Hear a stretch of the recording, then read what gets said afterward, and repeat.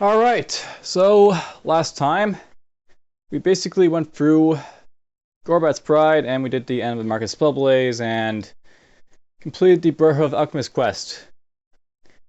At this point, I should probably note that I could go to the Rune Desert and basically continue on with the main quest, but we're eventually going to have to come and kill these like prides, so we're just going to mop up this, this pride here, and then we'll go maybe to Orc Pride next. Alright, so this is Rak'Shor Pride, and this is like the Bloodcasters Pride. We basically have like Necromancers and Dark Magics and stuff like that going on here. We'll be facing a bunch of these like, really nasty undead type of fiend guys. So we got like the Necrotic Abomination, this monstrous form, putrid, torn flesh, chipped bone, drags this mass towards you, spraying blood and viscera all along the way. I'll note that some of these guys are very special in how they sort of work. What's this do? We're just going to basically windblade these guys. Note that I just killed that guy there and he basically spawned these two guys, the Rune Banshee and this Bone Giant. So some of these guys are kind of special in that basically when you kill these Bone Horrors or like, the other stuff, sometimes they'll pop out these like, guys that are just like smaller stuff. Like this case, we all got these like skeletons and such all around us now. Let's activate this, that, this. We're just going to do that. And they're all dead. So the first level of Rak'Shor Pride is kind of like the other stuff I've been sort of like, going through Gorbat Pride. It's not going to be a whole lot different from like the layout of those places, like a bunch of rooms, and then there's like these locked like sort of areas right here. Doink.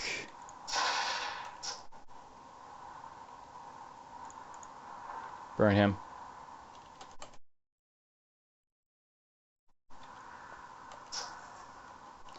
Also note that there's something very special about most of these prides. They basically have access to these like aura effects that are kind of like in theme of like their pride and how they sort of work. So you'll find like these necrotic auras over the place in like the Necromancer's Pride, or this pride basically.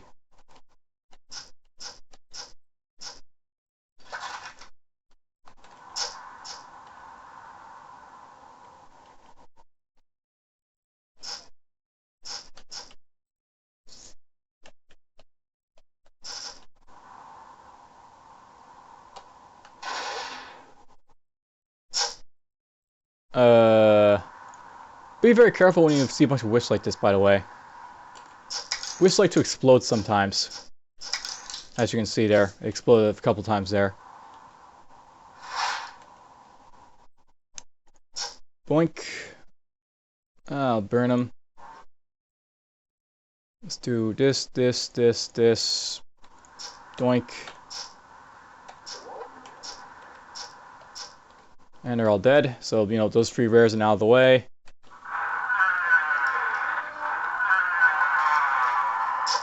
Kill the Grandmaster Assassin.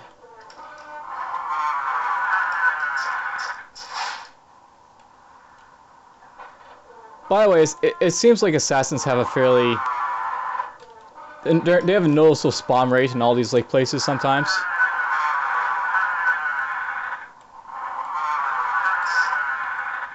Like you'll go through like Rak'Shor Pride here, and then you'll see like this Orc Assassin pop out of the way. It seems like Orc Assassins, they don't really have any like designated pride, so it'll pop out of anywhere, which sort of makes sense. They they're just a bunch of ruffian, shadowy types. They don't really need a home, or it wouldn't be directly visible to anyone. Would be the thing.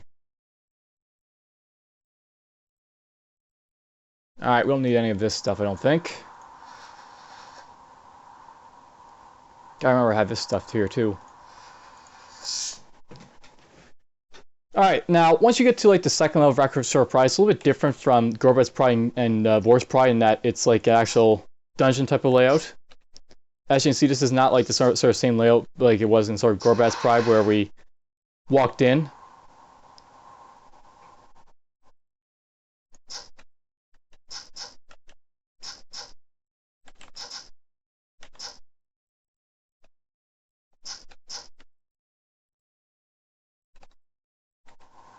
Okay, you're hurting me a little bit, so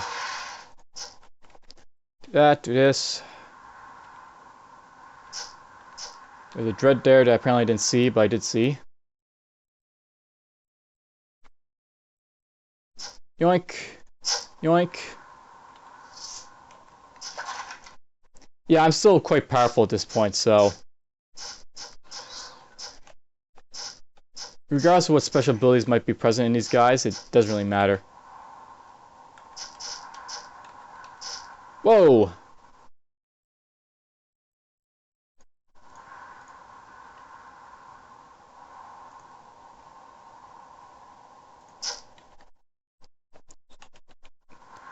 That doesn't say I can't die if I'm stupid.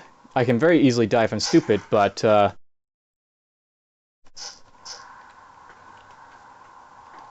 it's unlikely that I'm going to get killed if I'm paying attention, so to speak.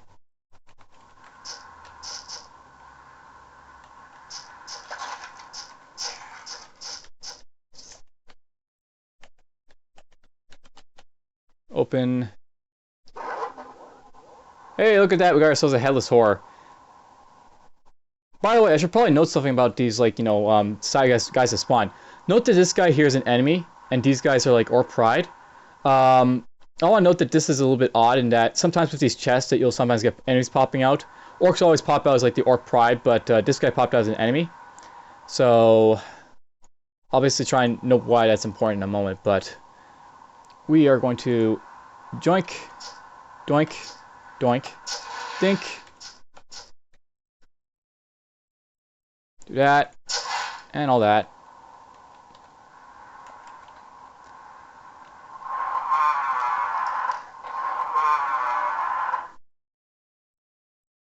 So that's it for this level. So right now I'm using this thing right here for like the movement speed and like that little burst of speed there. I just picked up this one. This has actually got a little bit more speed. It actually has comparable movement speed. And it actually also gives me a little bit armor and defense comparably to the other one I'm sort of using right now. So I think we'll actually take this off and put this one on. And we'll basically sell this old one.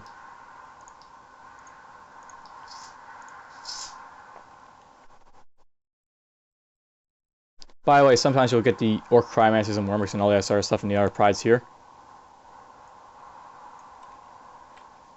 Not sure I really noted it, but it's not like these prides... you'll generally find like a certain type of orc in each of these prides, but sometimes you'll find like the other prides orcs in these, like, you know, other prides. So here's like the Archmage Spellcastery types in this pride here. By the way, there's this Sanguine Horror. This is basically an undead horror type of enemy. It's kind of odd in how it basically works, but it's basically, when you hit it, it does like this sort of prodigy on it. So I just want to note, this right here, where is it? Bloodspring. Bloodspring's actually a prodigy, so this enemy's kind of unique in that it actually has a prodigy on top of it. It's, you know, as you can probably guess, it's sort of immobile, but it has that sort of prodigy that I can make use of. Hey, look at that, there's our boss. So here's Rak'Shor, the Grand Necromancer of the Pride. He's basically a Corruptor and Necromancer all rolled into one. His spawns are a little bit tricky to sort of deal with sometimes. So we actually sort of want to be very careful with him, but we're just going to... we're basically just going to stay in this hallway here and just do that. Note that he's invisible and I'm basically having, you know, a little bit of a hard time tracking him.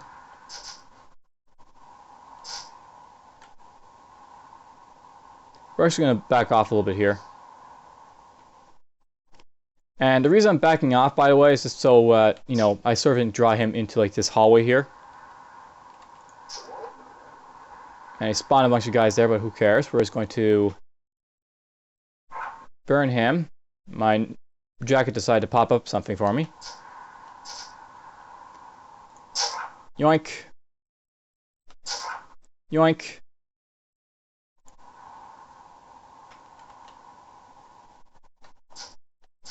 And that's it for him. So there's the second boss orc type dead. There's Rak'Shor basically.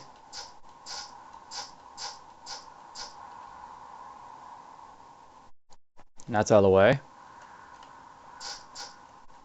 Oh, I guess these guys do move. But whatever. They're weak anyway, so it doesn't really matter. Hello, we found ourselves a unique.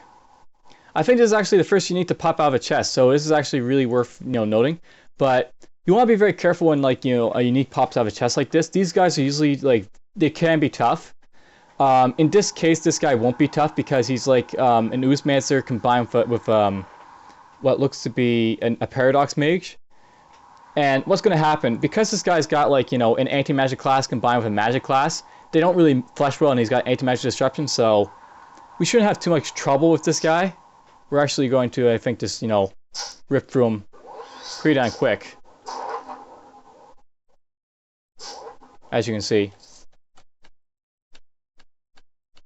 But you want to be very careful with uniques popping out chests like that.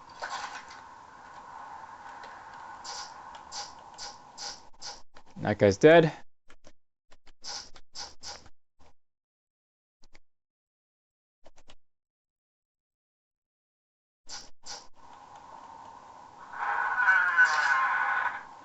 Now, this is worth knowing then, but note that this guy here, if you look at his faction, he's actually part of the Orc Pride.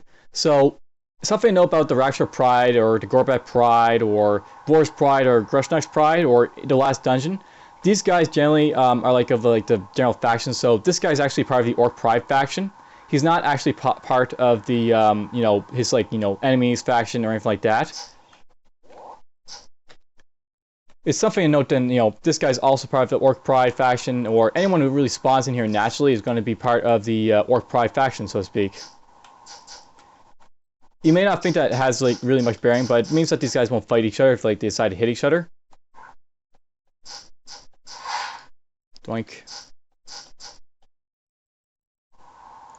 I should note, by the way, when that that sanguine horror hits me with the blood spring, he's actually healing whenever he hits me. It's actually a very powerful effect, that blood spring. Did that wrong, but whatever. We leveled up again. Yoink. And we got Baven Light up to 5/5. Awesome.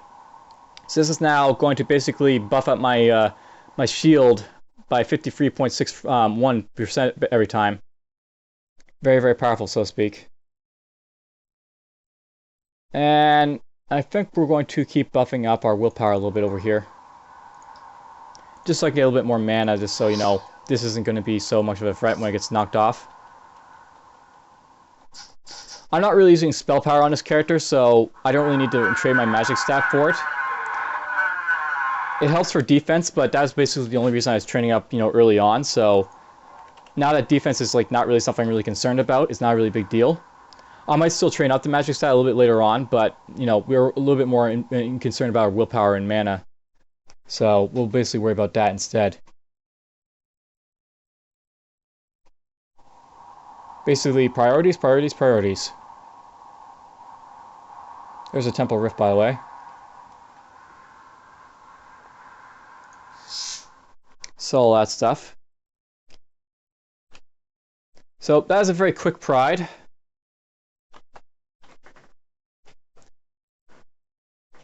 Hopefully it doesn't go too quick. I kind of want a little bit of resistance, so to speak.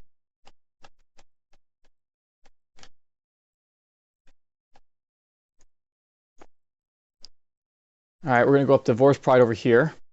So note that this Pride, I've yet to enter it, and if you look at their levels, note that I'm level 42. These guys are level 46, 42, 44, 41. So these guys are scaling with my level at the time I enter it, so these guys are going to be a little bit tougher.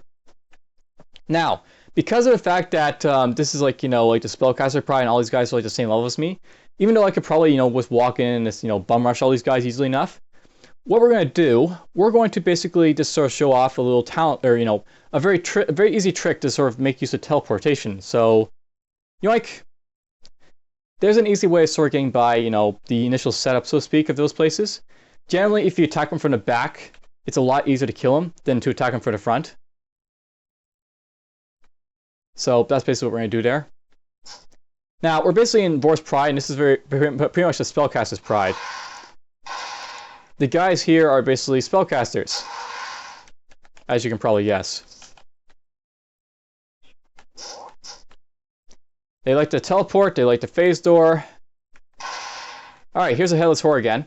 Note that this guy, it says Orc Pride, so that guy that basically spawned from that chest, he was an enemy, but now we're basically fighting against, like, you know, these guys which are not enemies. And he mana clashed me, so I basically lost my buffs. The bastard.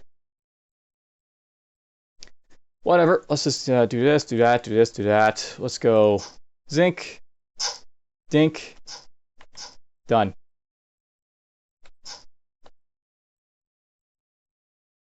There's a Glimmerstone in there.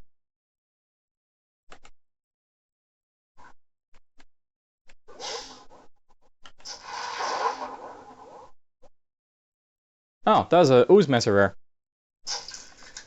I didn't even notice. I just killed him. That's something I know about rogue characters, by the way. They can get such damn high damage that they just mop up through everything. Easily.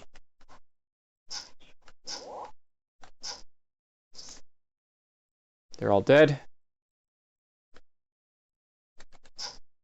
Regular orc dead.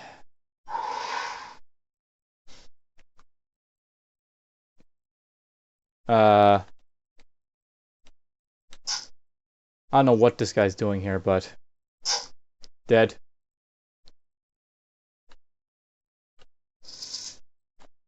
There's a vampire, dead.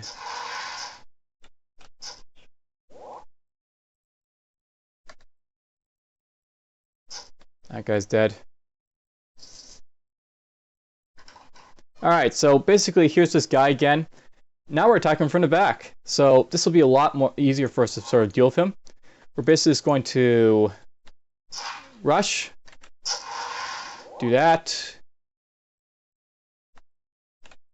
and he's already dead. So basically that's how I sort of dealt with that guy easily enough. Wasn't that hard, just him from the back. And there's Providence finally removing the appropriate thing I wanted to get rid of. Ouch. I'm still stunned. That's gonna suck, but whatever. Ah, I put my wind blade on. They stunned my wind blade. Alright, that's good enough. Boink. But yeah, basically, an easy way for getting around that entrance is just to sort of teleport. This is where teleport can be very useful. Teleport is actually a very underrated talent. People like to complain that, you know, it can put you in like a bad situation, but it is actually really powerful in some situations like this one. Flame shocked again. This is as a part of me having very poor saves, by the way, and no stun resistance. But whatever.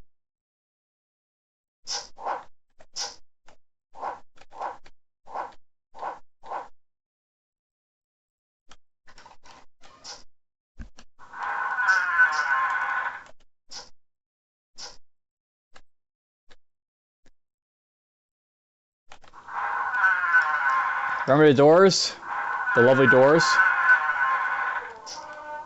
So here's a Wormic. He usually spawns in like the Orc Pride, but, you know, example where he basically spawned in the Maj'Eyal Pride.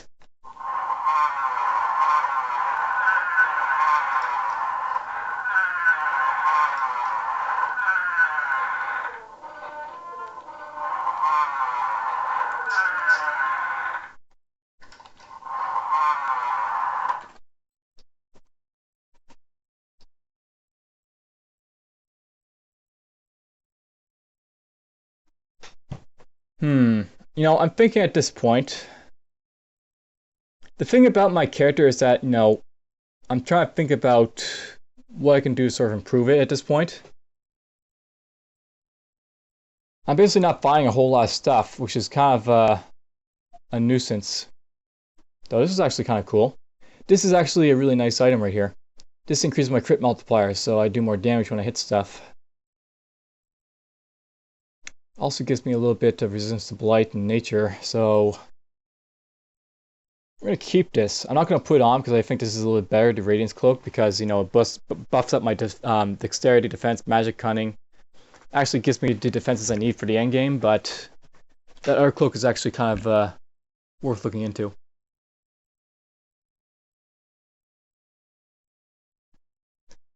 And this is actually... I think I might actually want to put this on, even though it's got like negative confusion fear immunity on it.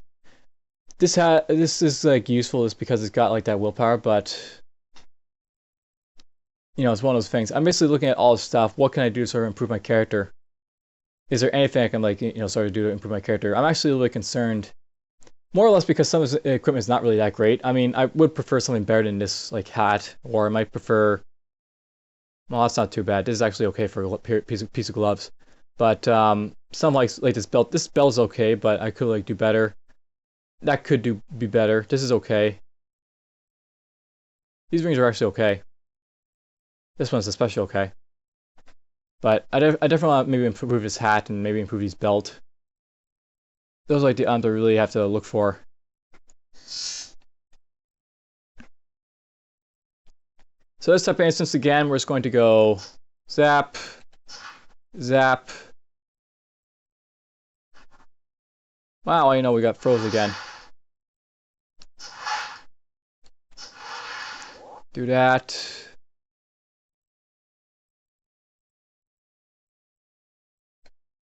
We're just gonna go Martian. Right to here.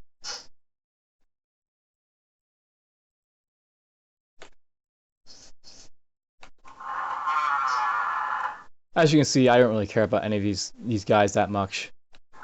It's not to say that they can't hurt me, but I mean, I just don't care.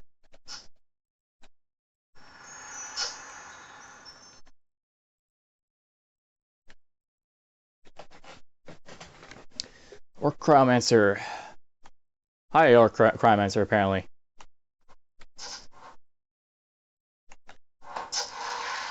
They stun me again.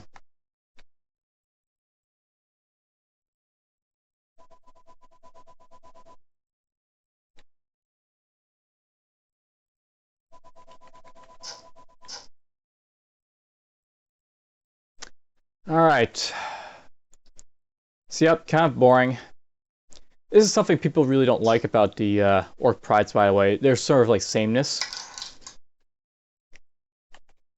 Something to note about this game, that the only real sort of like, you know, lacking sort of thing about it is just the sort of like, you know, the end game. The end game isn't that great, sadly.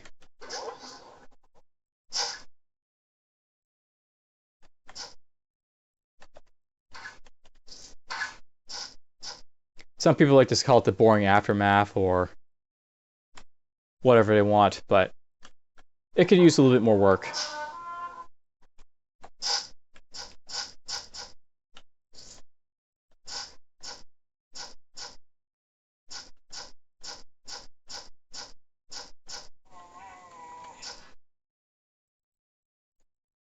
Figures.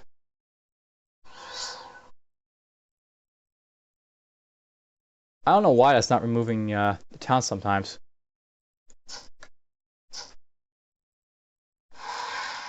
There's a high orc pyromancer up there. There he is. Hi. As you can see, they love to make fire.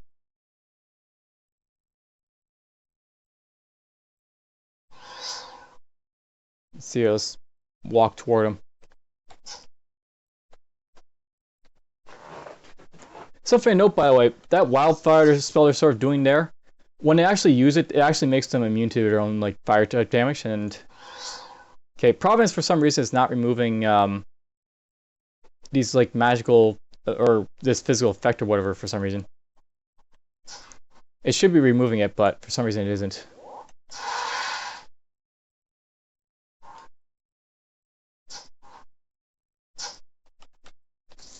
Oh well. It's not really a big deal. I only put like 1 point in like Providence, right? So it's not like I'm really concerned to so to speak about it. By the way, I should note that I'm in like a vault like type of area right here. This is actually a non-teleport area. Once you get in here, you basically, you know, you can't really get out with like teleport type spells. And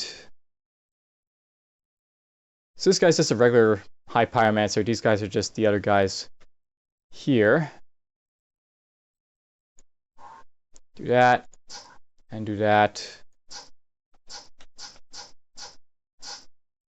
Oh, okay, so this is not something you'll usually see happen a whole lot, but this guy's actually refusing my damage. What's happening here is he actually went Unstoppable. Unstoppable is a very special talent. It's available to the Berserker class, and when an enemy uses it, basically what happens is they will become unkillable. This guy cannot be killed. Or, well, he can be killed, it's just that his HP can't go below 1. You can kill this guy if you use like special type of talents like Swallow or instant kill effects, but as you can see, he's unstoppable. He can't go below 1 HP until it goes off. And then when it goes off, he dies. So that's basically what's happening there, by the way, just so you know. If they aren't dying, it's because they're unstoppable, probably. Or they popped a heroism infusion and you haven't killed them enough.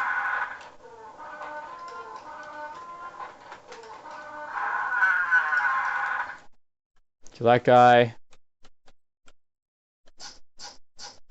Kill that guy.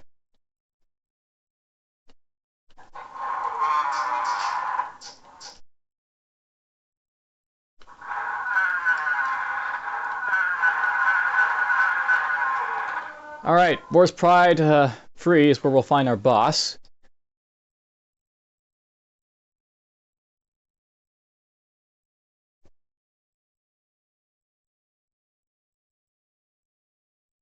I'm really not finding anything good in here, am I? Oh well. Doink, doink, doink, doink. Think.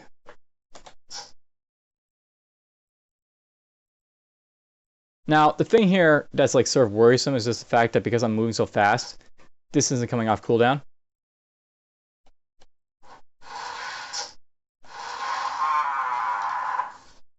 Calm. Hey, I got disarmed. And yeah, Providence is just not working for me. Okay, you know what? Before I keep, buying with this talent, we're just going to take it off.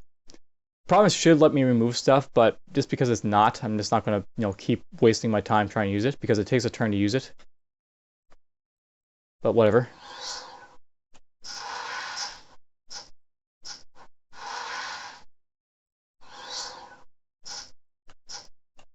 They're all dead.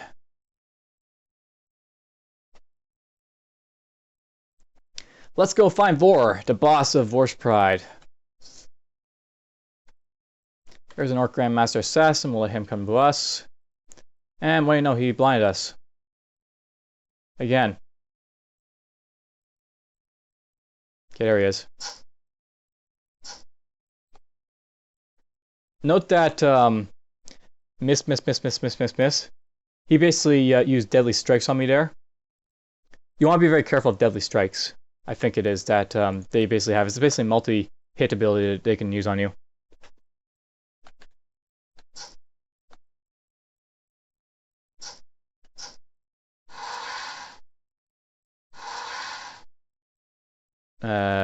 Boink, boink. There's an orc running around trying to cast spells, like an idiot. Note that I'm sort of manually exploring at this point. Ow. Ow.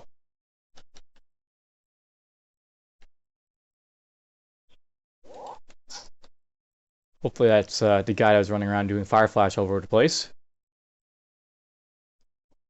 The one nuisance about these guys teleporting around like this is just that there's a good likelihood that you won't be able to sort of catch them.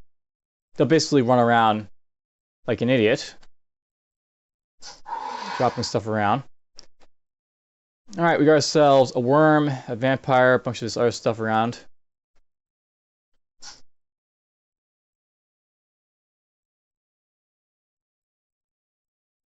There's no wall here for some reason.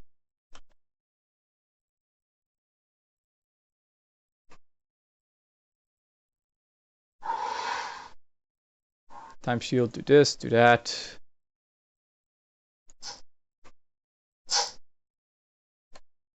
Trying to be very careful of these guys, and I don't want to go into the black in this one for sure. Unlike Gorbat, I really want to be very careful about Vor.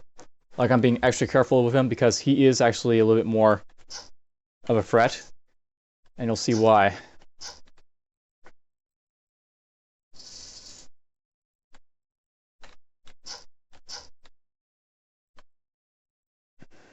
This is getting kind of annoying.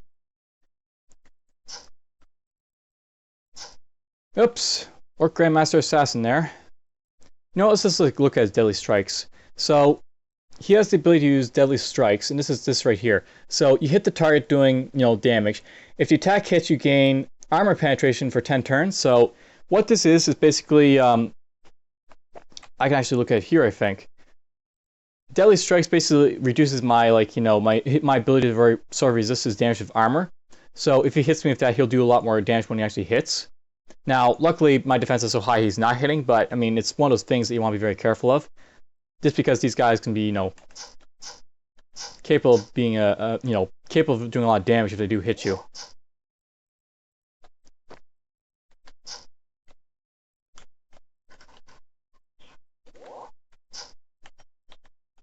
The thing about rogues is that they're very much luck-based, much like in other games. So, if luck is not on your side, then you're going to really pay for it.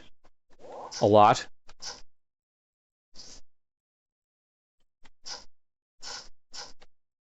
There he is. Okay, so here's Vor. So this is Vor, Grand Master of the Pride. This guy's a little bit different from the other guys in that, he's also like, a Cryomancer and a Pyromancer all rolled into one. But, pretty much the thing about him, I find this guy to be a lot tougher than Gorbat or Rak'Shor. He has the ability to use something called Meteor, somewhere in here. Meteor Crash. This prodigy basically lets him have a chance of doing like a meteor on top of you. So he can end up doing a ton of damage on you if you're not careful. He also has a couple of stuff like Cleansing Flame, which should knock off my sustains, and just a bunch of other stuff. So this guy, I really want to be very, I want to kill him as fast as humanly possible on this character, which I will, but he could do a lot of damage if I'm not, if I let him. We're actually going to cripple him. Try stunning him. Do this. And there we go. Oh, we got the Blood of Life. Not that it really matters in this character, but the Blood of Life is a very special item. I'm going to keep this as well. The Blood of Life, in this game, if you played a roguelike mode, you basically, you don't have an extra life. But the Blood of Life is a special item in that it gives you an extra life. So if you're playing like a roguelike run, the Blood of Life would be your sort of way of sort of like getting an extra life. So use this. You feel the Blood of Life rushing through your veins. And basically, I now have the Blood of Life here. So if I die, I basically will use the Blood of Life to resurrect if I'm on my last life. For roguelike characters, they will always use it because they don't have any other option, really. But basically, that's a way of like an extra life sort of in this game. And I also picked up something very special called the Tome of Wildfire.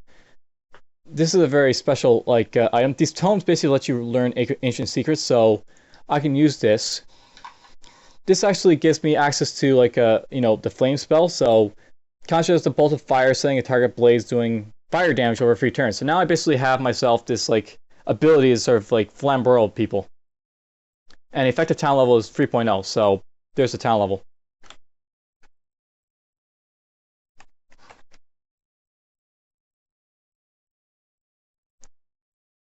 I should probably also note, by the way, before I forget, when I was actually doing the anti-magic quest with the Grand Corruptor in the last episode of where it's with Gorbat, he also gave me these corruption category for hexes. So if you remember all these hexes that were being placed on my character, like pacification hex basically dazes targets by chance. Burning hex, it basically lets you cause their cooldown to be longer and they'll take damage when they use talents. Empathetic hex, they do damage to themselves when they hit you. Domination hex, the hex is a target forcing it to be in a thrall for 3 turns. So basically, essentially it's your friend for a little bit. That is the corruption hexes. I don't really care about it. It's not something I really care about, but it's there to sort of show off. And I sort of made a mistake in this, moved around here without checking my surroundings.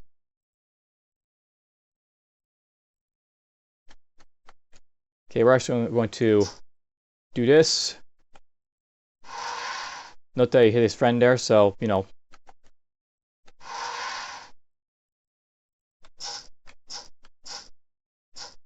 that's all done.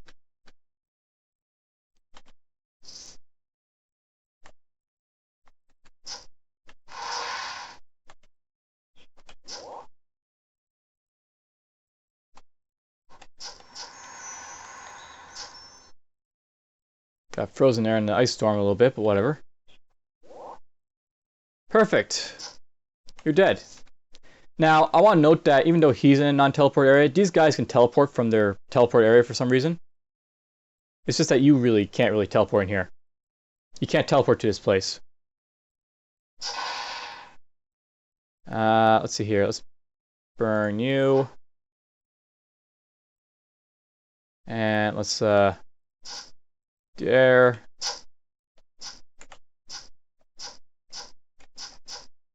And we're done with them.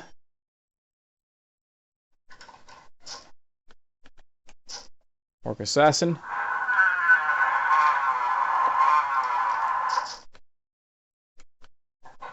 Well, I'm a little bit annoyed. It's worth knowing that you can sometimes find vaults in these Orc Prides, but we didn't find a vault, so I didn't find any vaults, so to speak. Annoyingly enough. Annoyingly enough! Found a comm though, but that's like a lightning archmage's type of gown or whatever. Well, that's it for these two prides I basically just ran through. There wasn't really, anything to really say about them. There's another Burglar's Dwarven type of lantern type thing there.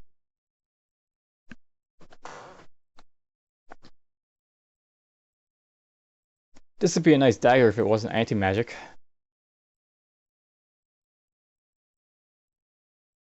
Oh well.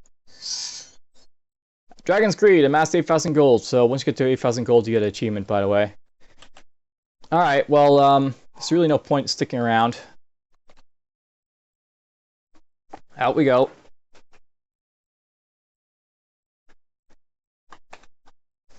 So, at this point, we've gone through 3 of the Orc Prides.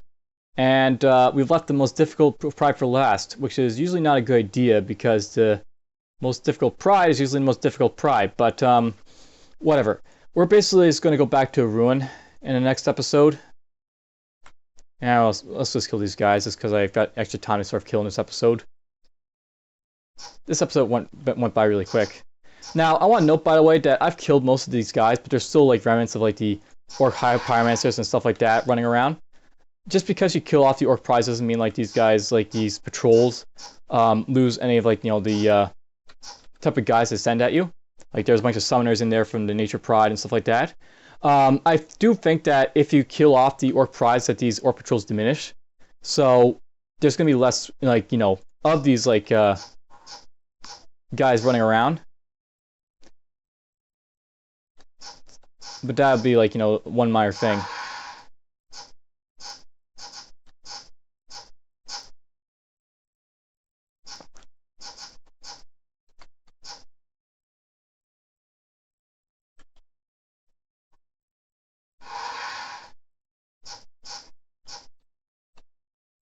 Alright, there we go. They're all out of the way.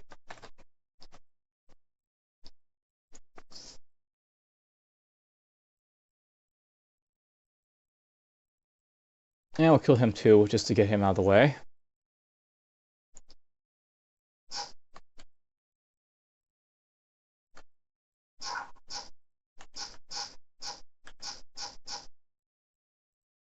So they're done.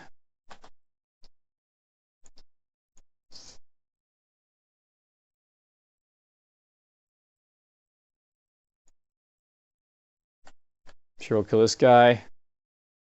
This shows you how many damn of these patrols are around, right? Just because this is the 4th patrol now. Just, rinsing through these guys left and right.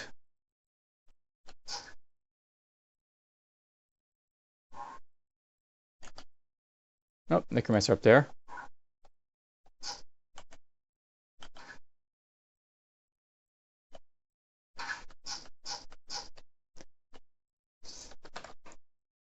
Alright, that's it for all these patrols, I think, before we get to the desert.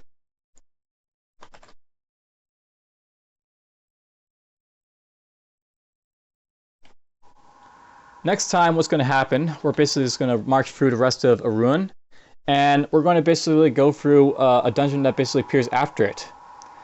And After that, we'll basically go to Rak'Shor Pride and crush it, and then it'll just be the last dungeon in the game, so to speak, after that. But we'll actually be doing something before we go to the last dungeon. I may do a character development episode, but there'll be a bunch of stuff I'll basically be doing in like the next few episodes. And I'll note that it's going to have to deserve some actually to do to my level. My level is basically going to cause me to do something that I don't usually do on lower experience modifier characters, but it will have to be done for this one. Anyhow, take care for now, and I'll see you guys in the next episode.